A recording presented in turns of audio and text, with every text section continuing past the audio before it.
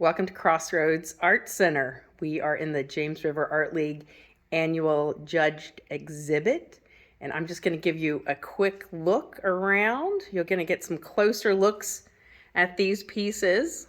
We've got the juror here, and they're going to give a little talk and talk about who they've chosen. And I'll just give a quick pan around while I am making my way over to the gentleman. So, this show is going to open on Friday from 6 until 9 at Crossroads Art Center. We have Francis Thompson and we have David Cheatham. And David is the president of James River Art League.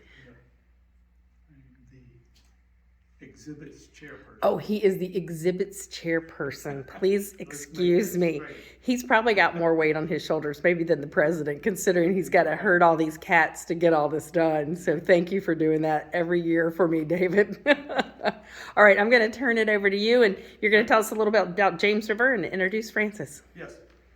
James River Art League is an organization of more than 120 member artists from throughout Central Virginia. Our goal is to encourage the creation and appreciation of visual arts. We provide our member artists with motivation, association, and continued education through programs that feature quality artists and art professionals, and we provide opportunities for members to exhibit artwork in venues throughout the Richmond area. We at James River Art League would like to thank Jenny and Crossroads for this great space we have for our show. This is our annual show this year, and for the judge we have Francis Thompson. Francis is an art program project manager at JLL Capital One. Over the past decade, he has managed a team responsible for maintaining and expanding a contemporary corporate art collection installed within offices in North America. Francis is a native of Virginia. He holds a Master's of Fine Arts in Art Administration and a Bachelor's of Arts in Studio Art with a concentration in painting and drawing from Virginia Polytechnic Institute and State University in Blacksburg. Go Hokies. Go Hokies. Go ahead. We'll turn it over to Francis. Thanks, David. And thanks, Jenny. I'm really excited about the exhibition. There were some excellent entries in the show, so I really enjoyed going through the gallery. It's the first time I've been in the gallery, so as I understand it, it's fairly new. It's beautiful. I really hope you get a chance to come in and see it in person. The works are really strong, and the space is really well done. Thank you. So I think we're starting off with honorable mentions. Yes, So we we'll are. go straight into the awards, so we get a chance to I'll take a look. sneak around to this first one, and I'm going to try not to get too much of a glare, so I'll stay at the side while you talk about it. Sure. This first piece that receives honorable mention is by Terry Atkinson. The title of it is Somersville Bridge, and I just really love the treatment of the medium on it. When you stand away from it, it almost looks like a photograph, but when you get closer, then you realize you see the marks of the medium in the piece. So I love that reflection, the starkness of that bridge, and then the details in it. You can take a look at the house on that upper left side of the picture plane, and I really feel like it draws your eye in. And then you get to see some of the details in the center back. It brings you into seeing a little bit more of the wilderness, the woods. So I love these elements. It kind of tells me a story a little bit of what that area, that landscape is. So it's not just being a pictorial of a bridge and a river and a house.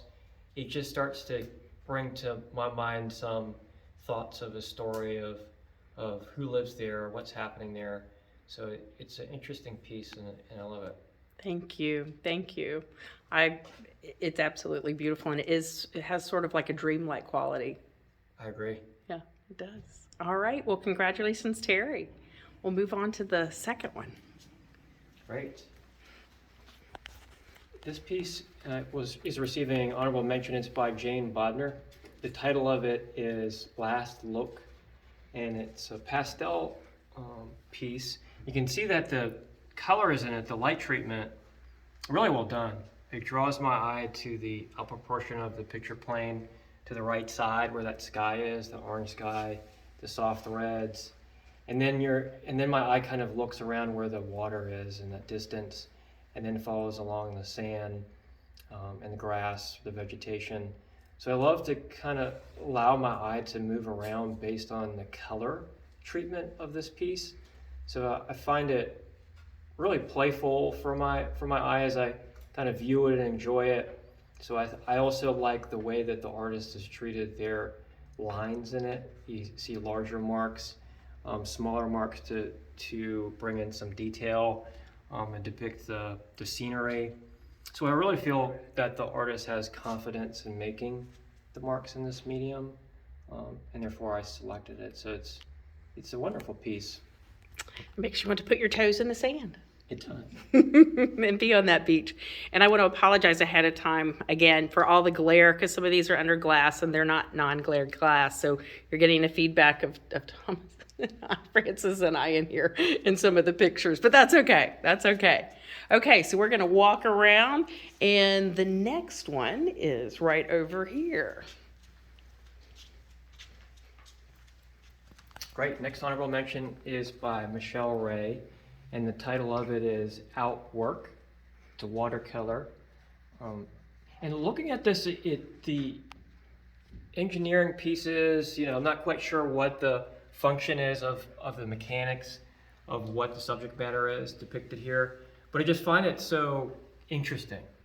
There are these metal pieces, not sure what they are, but they make me curious. And then the control of the watercolor, the consistency of the art making marks, and the shadow and light that's used in this, I think is really strong. It's really well done. So I start to think about how complex it was to compile this and paint it, put it together to get that three-dimensional atmosphere and detail in it. I feel like that's an accomplishment of the artist's work for their technicality of making the work, but I'm just curious about the subject matter too. So I always look at the piece and how it's finished. I liked how they framed it, matted it, the choice of color for the frame looks really finished. It doesn't distract from me to look at the piece. So there's a lot of things and elements in this that I feel are different than the other ones that we just saw, but it's also a strong piece, so I gave it honorable mention. Thank you. And as we both know, not only is the art is part of the piece as well, it's the framing. The framing and the presentation of your art is at the top of the list. You can have a great piece of art and frame it really poorly, and it will show poorly.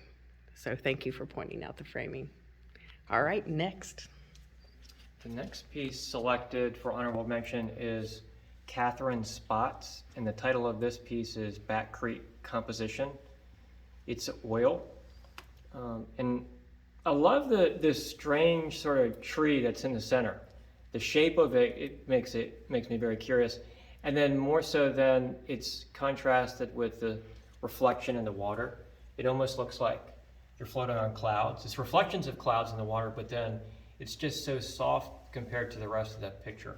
So it kind of draws my eye down, and it has this sort of mysterious feel for me. We talked a little bit earlier about storytelling, and I like this piece. You see in the distance that the mountains, maybe some farms, but then it's really focusing your attention to the foreground of what this tree is in the water. I find it real curious. And we're talking about the frames as well. I really feel like the frame adds a lot to this piece and viewing it, making it feel finished. So this piece stuck with me. I kept coming back to it. My curiosity of the subject matter, I think, really brought me in. It's a good piece. Thank you. Okay, and I think we've got one right over here. I'll take a quick walk over. Another honorable mention goes to Elizabeth Hood, and the title of this piece is The Color of Autumn. So it's a soft pastel piece, and you can see it has a lot of colors in this. So I really love that the artist used different treatment, tones of color, the art making for some gestural movement in it, with the vegetation that might be at the left forefront of the picture, in the sky. There's some variety in here, but I just like the energy in it. It just kind of brings you through the piece horizontally, and then the jaggedness of the marks. I really like that activity and energy of it. And then the colors, that the red roof really stands out. So there's just something about this piece that feels attractive, in the choice of color and the gestural marks in it. So I selected it for honorable mention. Thank you. Then we'll go to the next one over here. Very interesting piece. So now we reach a piece by Gwen Parker, and the title of it is Half Blind. It's acrylic on canvas, and this is awarded 3rd place. So I found the subject matter to be quite interesting. So it was very different than the rest of the content in the exhibition. Very curious content. So we're not quite sure what the elements describe in the piece or what story is happening, but the title gives us a little bit of a clue in there, but not exactly. And I like that. I like that, being able to associate different thoughts with this. I'm sure that the viewers are taking a look at this and thinking about what the meaning might be. And I find that fun. I find that an important layer to work. And I like the boldness of using different types of media, the boldness of the color, the scale of it. It just really, I get the sense that the artist is making a powerful piece, making a statement with their work. And I also feel like it's very signature to artists. So I would imagine that this artist may have other pieces that are like this. It seems very unique. So I feel like that's important to branding an artist and who you are. So, and I mentioned a lot about the boldness of it, but if you look closely, you have to really see it in person, is when you get in front of it and close to it, then you can see this patterning underneath it. There's almost like there's some painting through material to get designs and textures. I find that curious and interesting. So there's a lot to absorb in the piece when you see it in person. There's that 3-dimensional feeling of that tape on the figure, or maybe it's on the painting itself. So again, some more of the association of how you interpret it. So there's a lot of thinking that it evokes when I look at this piece. So I selected it for 3rd place. Thank you. And we'll make our way back across the room.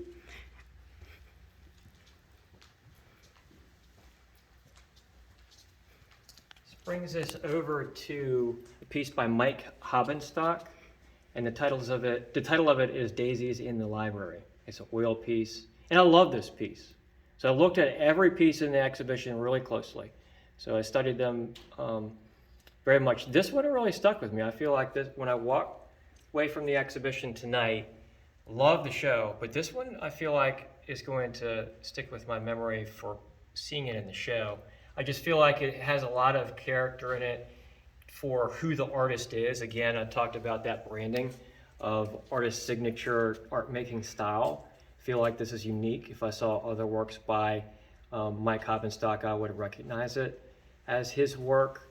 And I like the playfulness of the flowers and the light treatment of it. There's more light on the flowers up front.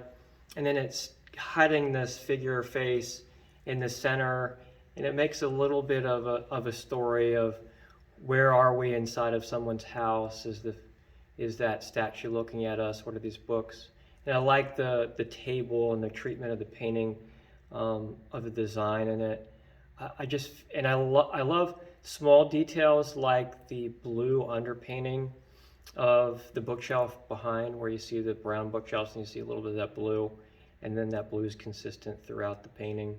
So there's a lot of elements that I feel like are going for this work, and my sense is it's sort of branded in my memory as part of the exhibition. This is the exhibition of James River Art League, but then it has a lot of of strong elements in it that I feel like I want to see more works by this artist in a full show. That's what I feel like when I see this piece. So I think it's well done. That's why I selected it for second place. Awesome. Thank you. All right, we'll walk over to the best in show. Right. So this brings us over to Gigi Varanian. I hope I pronounced their name correctly. Here is looking at Who, and it's a watercolor piece. Beautiful piece. So the first, when I see the work, I am impressed with the control of the medium. We can see that there's a lot of detail that's happening in the work. The feathers, the bark of the tree, the moss on the tree branch. I can pick up and decipher a lot of these pictorial elements that the artist is portraying through the work. Have a lot of control in being able to do that. And then it ranges from detail, from small things like white moss on the tree bark, all the way to the back where the treatment of the background is made where it's blurry. And watercolor, I know, is a real commitment type of medium. You make a mark and it's not like you can reverse that easily.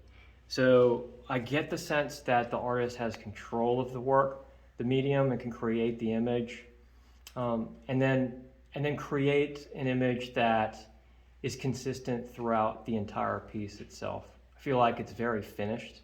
We talked earlier about the framing. The frame adds a lot to this piece. The piece itself is very strong, but then if we look at the artistry of presentation, that small color for the matting around it, I really think sets it off, and at the same time it doesn't distract from looking at the piece.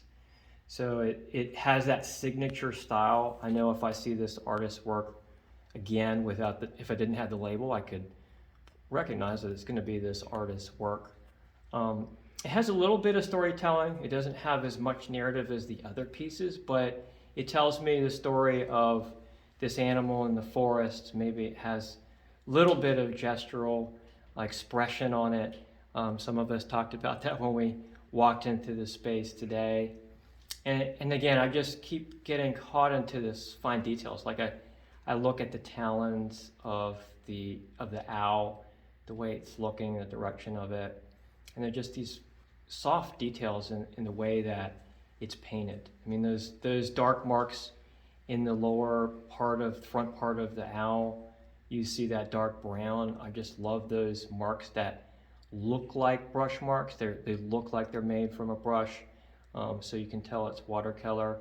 And you can see some blending of the paint on the painting itself, obviously in the background, but in other elements, parts of the feathers. So it's just a really amazingly done piece. And then to me, it's just so dazzling with its control of the medium. So that's where I selected as best in show. Well, thank you. And I'll also point out that this is under glass, but it's on glass that is non-glare. Very nice. So yeah, kudos to Gigi for taking that extra step and that extra cost and doing that, because it makes the presentation even better. I agree. Okay. And so what else do we want to say? Thank you, Francis. And everybody come and view our show. It'll be up for a couple of months. And everybody come this Friday to the open house. Yep, so it is March the 18th from 6 until 9. This is also going to land on the James River Art League page. That is on crossroadsartcenter.com. And you can see all these pieces online as well if you cannot make it in to see the show in person. So thank you both. We're excited to have the show open, and it's so good to see you all in person. Yes. So come join us.